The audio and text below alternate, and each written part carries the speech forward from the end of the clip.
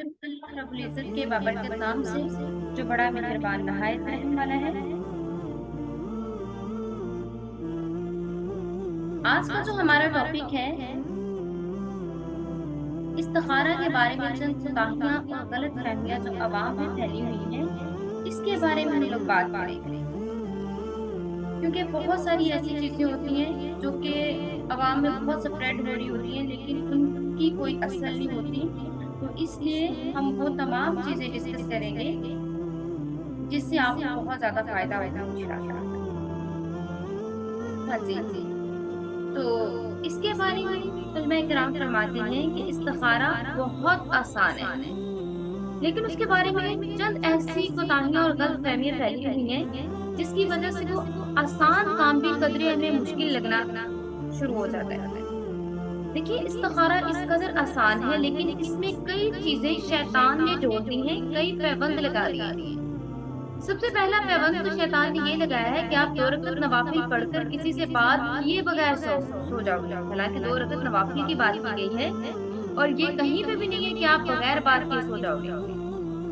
سونا ضروری ہے ورنہ استخارہ بے فائدہ رہے گا۔ اب یہ بھی بہت ساری جگہوں پہ یہ لوگ کہتے ہیں کہ اگر آپ سوئیں گے نہیں تو استخارہ کا کوئی فائدہ ہی نہیں ہوگا، تو یہ ایک پیوند لگایا ہے شیطان نے۔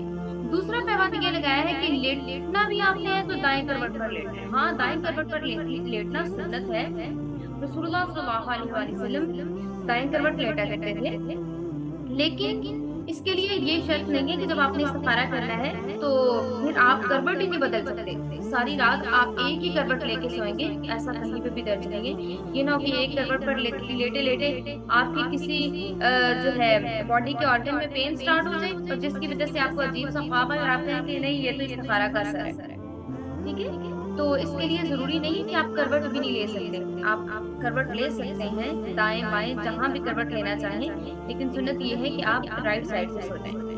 اور تیسرا یہ ہے کہ آپ نے جو ہے قبلہ کی طرف لیٹنا ہے، پھر اس کے بعد کچھ لوگوں کا ہوتا ہے کہ کروٹ ہلنی نہیں ہے، بس جس سائڈ پہ سو گئے اس کے بعد آپ نے وہاں سے ہلنا نہیں ہے۔ چوتھا پیوند یہ لگایا ہے شیطان نے کہ لیٹنے کے بعد اب خواب کا انتظار کرنا آپ نے۔ اور اسٹارٹ میں جب میں استخارہ کیا کرتی تھی، میں آپ کے ساتھ شیئر کرتی ہوں، جب میں استخارہ کرتی تھی خواب کے انتظار میں اور ساری رات مجھے نیند نہیں آتی تھی، خواب تو کہاں آ رہا ہے اور مجھے کبھی خواب یاد ہی نہیں رہتا ہوتا تھا۔ خواب کا انتظار کرتی تھی واقعی، اس میں کوئی شک نہیں ہے، اور بہت سارے جو گرلز ہیں میرے ساتھ اپنا ایکسپیرینس بھی شیئر کریں گی کہ جب ہم خواب کا انتظار کرتے ہوتے تھے تو کیا ہوتا تھا، یا تو خواب آتا ہی نہیں تھا یا نیند نہیں آتی تھی، ایسے ہم نے سوچتے رہنا کہ خواب میں یہ ہوگا وہ ہوگا، لیکن ساری رات نیند ہی نہیں آنی اسی ٹینشن کی وجہ سے کہ پتہ نہیں خواب میں کیا آئے گا۔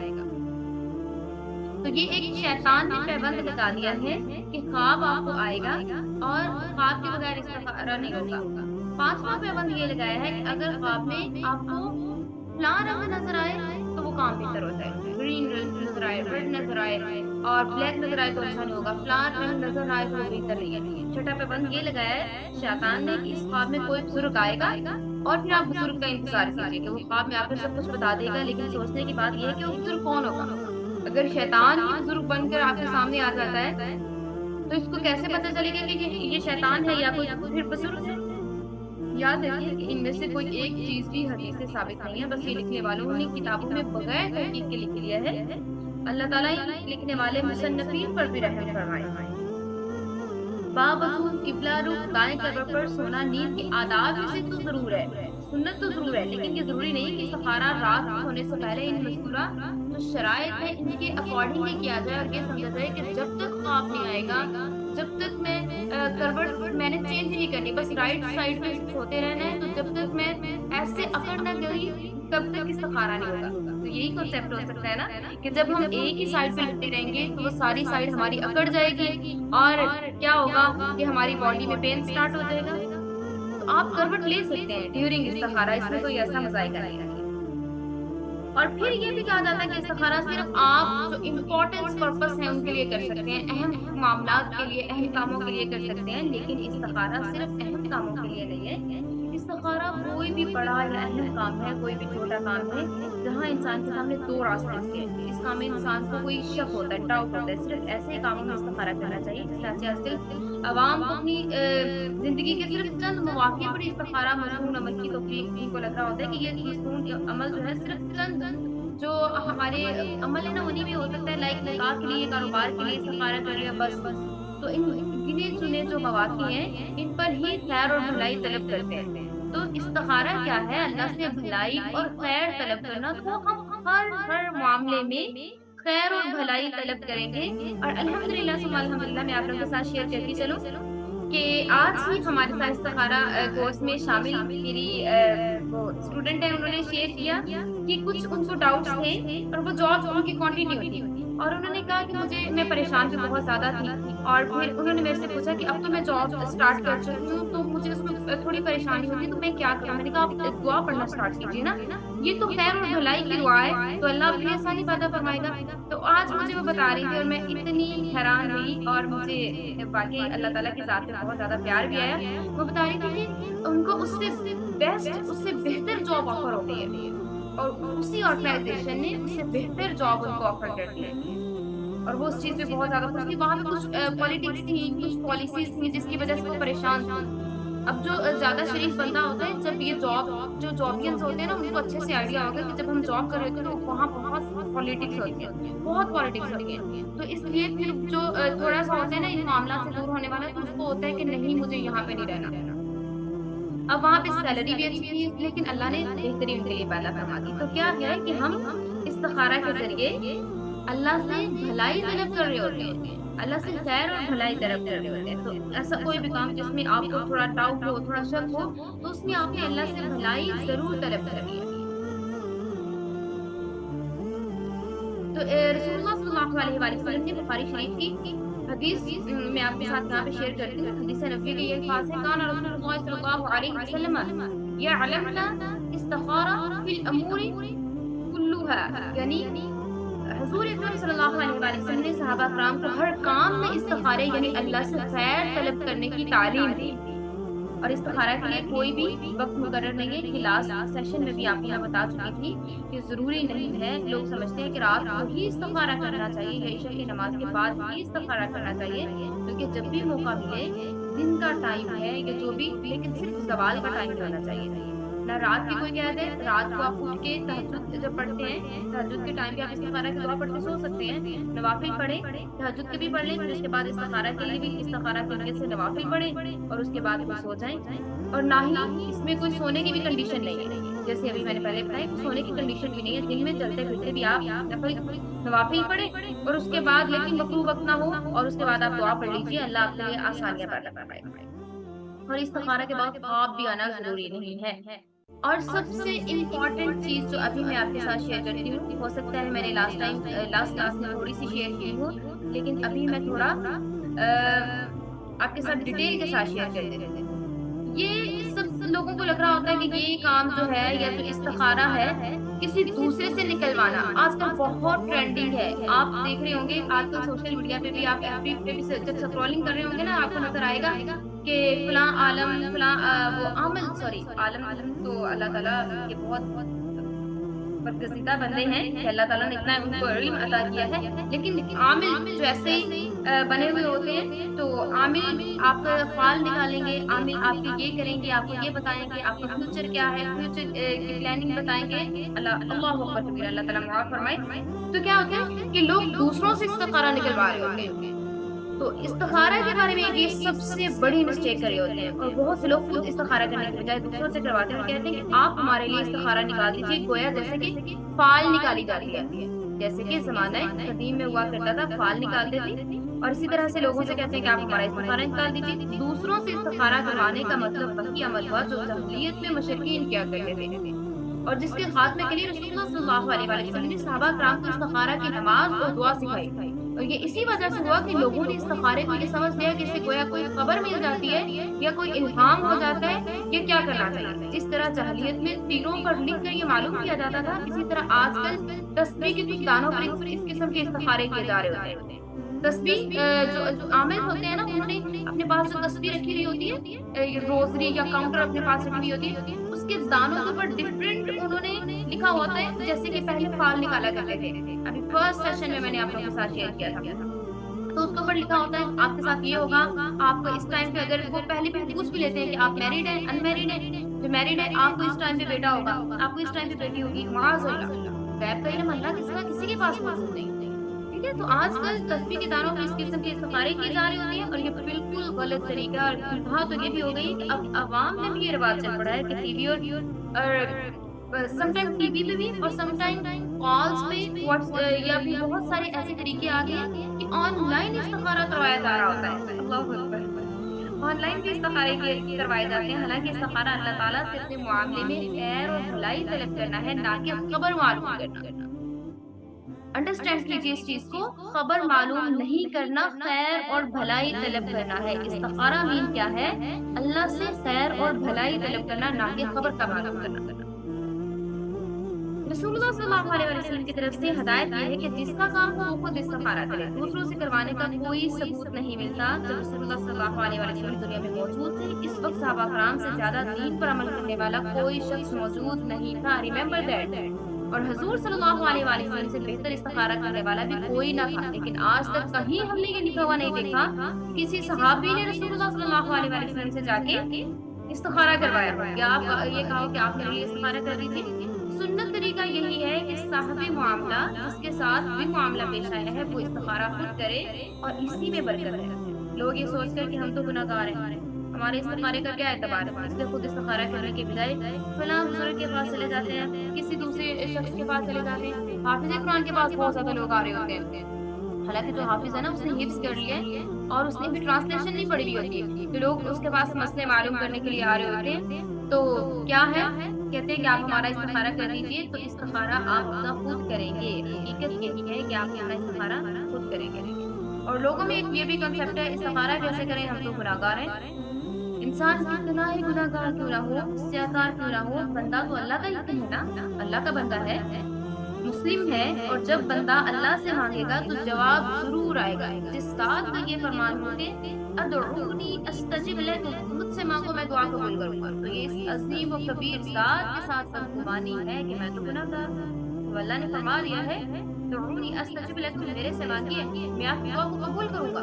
تو پھر جب ہم یہ سوچتے ہیں کہ میں گناہ گار ہوں تو اللہ کے ساتھ بدگمانی کر رہے ہوتے ہیں. تو وہ ذات ایسی ہے کہ جب شیطان جب جنت سے نکالا جا رہا ہے تو پھر بھی شیطان نے اس وقت یہ دعا کی کہ اے اللہ اس دعا کو قبول فرما. جو شیطان کی دعا قبول کر رہا ہے تو کیا ہم گناہ گاروں کی دعا قبول نہیں کریں گے؟ شیطان نے اس ٹائم کیا دعا کی تھی کہ میری یہ دعا قبول کیجیے کہ مجھے یہ اتھارٹی دے دی جائے کہ میں جو ابن آدم ہے ان کو ورگلا سکتا. تو اللہ نے اس کی بھی دعا قبول کی. حالانکہ دیکھیں کہ اس سے زیادہ خطرش کون ہو سکتا ہے. ہم اتنے گناہ گار، یہ جو سمجھتے ہیں نا کہ ہم بہت زیادہ گناہ گار ہیں، اللہ سے نہیں مانگتے، تو وہ ایک طرح سے بدگمانی کر رہے ہوتے ہیں اللہ تعالیٰ سے. لوگوں میں یہ بھی قصور خیال پایا جاتا ہے کہ گناہ گار استخارہ نہیں کر سکتے. یہ دو وجہ سے باطل اور غلط خیال ہے. کبھی بھی ذہن میں یہ خیال نہیں لانا کہ میں گناہ گار ہوں اور میں استخارہ نہیں کر سکتی. پہلی وجہ یہ ہے کہ گناہوں سے بچنا آپ کے اختیار میں ہے.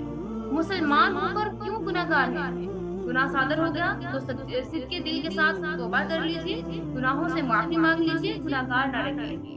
نیک لوگوں کے زمرے میں آپ شامل ہو جاتے ہیں جب آپ توبہ کر لیتے ہیں. توبہ کی برکت سے اللہ تعالیٰ آپ کو پاک کر دیتا ہے. اب اللہ کی رحمت کی قدر کیجیے اور آئندہ جان بوجھ کر گناہ نہ کیجیے. دوسری وجہ یہ ہے کہ استخارہ کے لیے شریعت نے تو کوئی ایسی کنڈیشن نہیں لگائی کہ استخارہ گناہ گار کو انسان نہیں کر سکتا.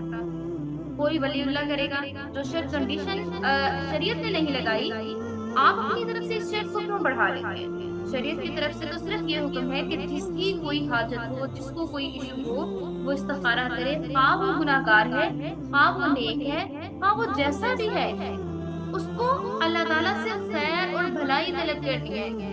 اب مجھے چیٹ باکس میں جلدی سے ٹائپ کر کے بتائیے کہ کس کس کو استخارہ کی دعا کا معنی اور مفہوم سمجھ آ گیا ہے کہ یہ ایک دعا ہے جس میں ہم اللہ سے خیر اور بھلائی طلب کر رہے ہوتے ہیں، تاکہ مجھے پتہ چلے نا کہ آپ لوگوں کو سمجھ بھی آ رہی ہے یا نہیں آ رہی ہے.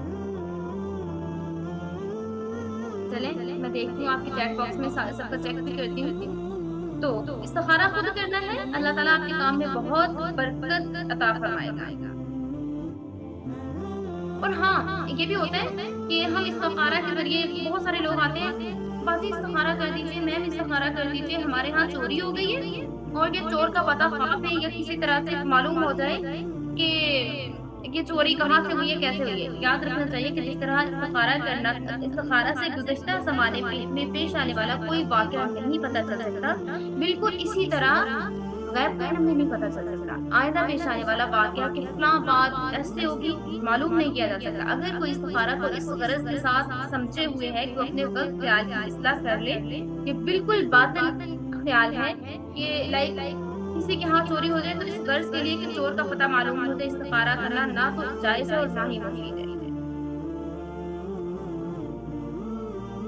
اور بعض جو اس قسم کے بعض استخارے کو منقول کرتے ہیں جن سے کوئی واقعہ یا اشارہ خواب میں نظر آ جاتا ہے تو وہ استخارہ نہیں بلکہ خواب نظر آنے کا ایک عمل ہوتا ہے، اور پھر اس کا اثر بھی لازمی نہیں ہے۔ خواب کبھی نظر بھی آتا ہے کبھی نہیں بھی نظر آتا، ٹھیک ہے نا۔ تو استخارہ کام کے ارادے سے آپ نے پہلے کرنا ہے، جو بھی کام کرنا پہلے آپ نے ارادہ کرنا ہے، اور استخارہ صرف جائز کاموں کے لیے کرنا ہے۔ یہ نہیں کہ آپ کہیں کہ میرا آڈیشن ہے، مجھے کسی فلم کے لیے کاسٹ کر لیا جائے، مجھے کسی گانے کے لیے کر لیا جائے، مجھے کسی مووی کے لیے کر لیا جائے تو مجھے استخارہ کرنا ہے۔ اللہ اکبر کبیرہ۔ استخارہ صرف آپ جائز کاموں کے لیے کریں گے، یہ نہیں کریں گے کہ میں اس گھر میں چوری کروں یا اس گھر میں چوری کروں، اس کام کے لیے بھی نہیں کریں گے۔ استخارہ صرف جائز کاموں کے لیے کریں گے نا، ناجائز کاموں کے لیے نہیں کریں گے۔ اور اسی طرح سے جن کاموں کو اللہ کے رسول نے حرام ناجائز کر دیا ان میں بھی استخارہ نہیں کر سکتے، کہ جیسے کہ اب نماز تو فرض ہے، اس کے بارے میں ابھی آپ استخارہ نہیں کر سکتے کہ میں پڑھوں یا نہ پڑھوں، روزہ رکھوں یا نہ رکھوں۔ یہاں استخارہ نہیں ہے، یہ کام کو اللہ تعالیٰ نے فرض کر دیا ہے، یا کوئی شخص اس کے بارے میں استخارہ کرے کہ شراب پیوں یا نہ پیوں، رشوت لوں یا نہ لوں۔ اور اسی طرح سے میں فلم میں کام کروں یا جیسے کہ میں اس فلم میں کام کروں یا اس فلم میں کام کروں، تو ناجائز کاموں کے لیے استخارہ نہیں ہے، ریممبر دیٹ، ناجائز کاموں کے لیے استخارہ نہیں ہے۔ اسی طرح سے سودی معاملات کے لیے بھی استخارہ جائز نہیں ہے، اور اسی طرح سے حلال کاموں کے لیے استخارہ جائز ہے۔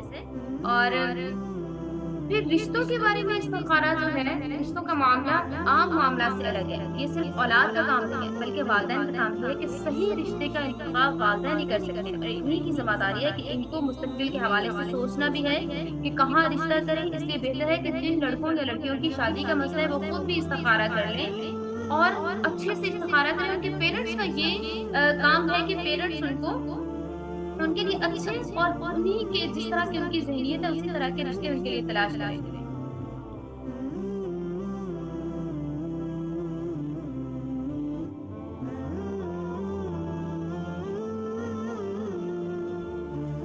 ہاں جی، اور سم ٹائم ایسے بھی ہوتا ہے کہ آپ کسی بہت زیادہ مشکل میں ہیں اور آن دا اسپوٹ آپ کو کوئی استخارہ کرنا پڑ جاتا ہے، یا پھر آپ کہتے ہیں کہ اور اس کے علاوہ بہت سارے خود سے بنائے ہوئے طریقے بھی ہیں کہ آپ اس طرح سے کر لیجیے، اس طرح سے کر لیجیے، وہ سارے کے سارے باتیں ہیں۔ وقت کی کمی اور فوری فیصلے کی صورت میں استخارہ کیسے کیا جائے، اور اس کے بارے میں کچھ ہمارے ساتھ شارٹ دعائیں بھی شیئر کی گئی ہیں جو کہ مستند احادیث سے ثابت شدہ ہیں، ترمذی شریف میں سے، اور ابھی یہ میں آپ کے ساتھ شیئر کرتی ہوں۔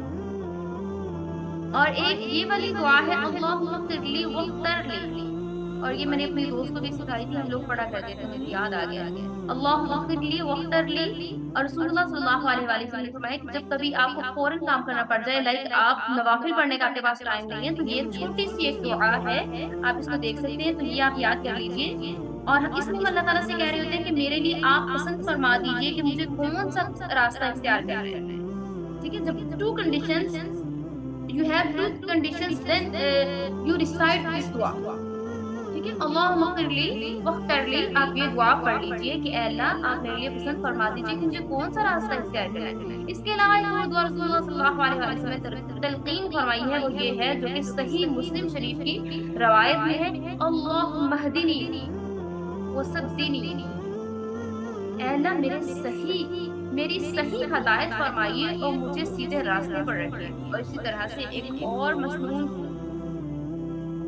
دعا ہے اللہم الہمنی رشدی، اور یہ ترمذی شریف کی حدیث سے روایت شدہ دعا میں آپ کے ساتھ شیئر کریں تو رسول اللہ صلی اللہ علیہ وسلم یہ 3 دعائیں ہیں کہ اگر نوافل پڑھنے کا ٹائم نہیں ہے، آن دا اسپاٹ آپ کو ڈیسیژن لینا ہے تو آپ یہ دعا پڑھ لیجیے، یا پھر اگر آپ کو عربک میں دعائیں یاد نہیں ہیں تو آپ دل ہی دل میں یہ بھی کہہ سکتے ہیں کہ اے اللہ اگر یہ کام میرے حق میں بہتر ہے تو میں کر لوں، ادر وائز میرے لیے اور بھلائی والا معاملہ کرنا۔ اب دل میں بھی اللہ سے دعا کر سکتے ہیں، اب آپ کو دعا کرنے کا طریقہ آ گیا نا کہ اس طرح سے ہم دعا کر سکتے ہیں، اللہم الہمنی رشدی، اے اللہ جو صحیح راستہ ہے وہ میرے دل پر القا فرما دیجیے۔ ٹرانسلیشن دیکھیے کتنے مزے کی ہے، اے اللہ جو صحیح راستہ ہے وہی میرے دل پر القا کر دیجیے، لائک اسی پر میرے دل کو مقدر کر دیجیے کہ میرا دل اسی چیز پہ آ جائے جو چیز میرے حق میں ہے۔ تو یہ آپ سب کے لیے کیونکہ بہت زیادہ اس کے بارے میں کوشچنز آ رہے تھے آپ کے لیے، کچھ میں نے پوائنٹس ڈھونڈے تھے، کچھ سوالات تھے اور کچھ بہت ساری چیزیں تھیں جو آپ سب کے ساتھ ڈسکس کرنی تھی، اور یہ فری آف کاسٹ آپ کے لیے سیشنز رکھے گئے تھے، اور انشاءاللہ سرٹیفکیشن بھی آپ کے لیے ہوگی جنہوں نے لائیو کلاسز لی ہوں گی یا جنہوں نے دعا میمورائز کر کے سنائی ہوئی ہوگی۔ ٹھیک ہے، آپ جیسا بھی پڑھتے ہیں انشاءاللہ آپ کی کریکشن کر دی جائے گی، تجوید کی کریکشن کر دی جائے گی، آپ بالکل بھی پریشان نہ ہو، لیکن آپ اگر ایکٹیو پارٹیسپینٹ ہیں تو انشاءاللہ آپ کو سرٹیفکیٹ ضرور ملے گا، بولا میں نے اپنے پاس سرٹیفکیٹ رکھ کے کیا کرنا ہے، ٹھیک ہے نا؟ تو بالکل ایکٹیو رہیے، یاد کر لیجئے، اور اس میں آپ کا ہی فائدہ ہے، اس میں میرا کیا فائدہ ہو سکتا ہے؟ ہاں میرا یہ فائدہ ہو سکتا ہے کہ اگر آپ میں سے کوئی عمل کرے گا تو اللہ تبارک و تعالی مجھے بھی اس کا اجر عطا فرمائیں گے۔ اپنا بہت سا خیال رکھیے گا، دعا میں یاد رکھیے گا۔ ربنا آتنا فی الدنیا حسنہ وفی الآخرۃ حسنہ وقنا عذاب النار۔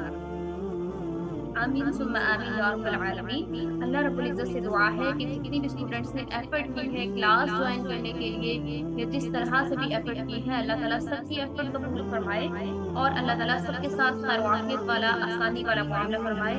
اللہ تعالیٰ ہماری مینجمنٹ کے ساتھ ساتھ خیر و عافیت والا معاملہ فرمائے۔ اللہ تعالیٰ ہماری مینجمنٹ میں جتنی بھی بچیاں ہیں اللہ تعالیٰ سب کو خیر و عافیت کے ساتھ دین اور دنیا کی بھلائیاں، کامیابیاں اور برکتیں عطا فرمائے، جس میں علینا، آمنہ، اقصیٰ، عائشہ، نزول، سحر، ثنا اور حمیرہ آتی ہیں۔ اللہ تعالیٰ ان سب کو دین و دنیا کی بھلائیاں، کامیابیاں اور برکتیں عطا فرمائے، اور اللہ تعالیٰ TQE کو دن دگنی رات چگنی ترقی عطا فرمائے، اس میں پڑھنے والے بچے بچیوں کے فیض کو دنیا کے کونے کونے تک پہنچا دے، اور یہ آخرت کے لیے ہمارے لیے ذریعہ نجات بنا دے، ہمیں صحیح سے دین کی سمجھ عطا فرمائے، اور اللہ تعالیٰ ہمیں صحیح سے قرآن کو سمجھنے، اس پر عمل کرنے کی توفیق عطا فرمائے۔ آمین ثم آمین یا رب العالمین۔ السلام علیکم ورحمۃ اللہ وبرکاتہ۔ Yes, if you have any question, ask me. I will guide you properly, inshallah, by the grace of Almighty.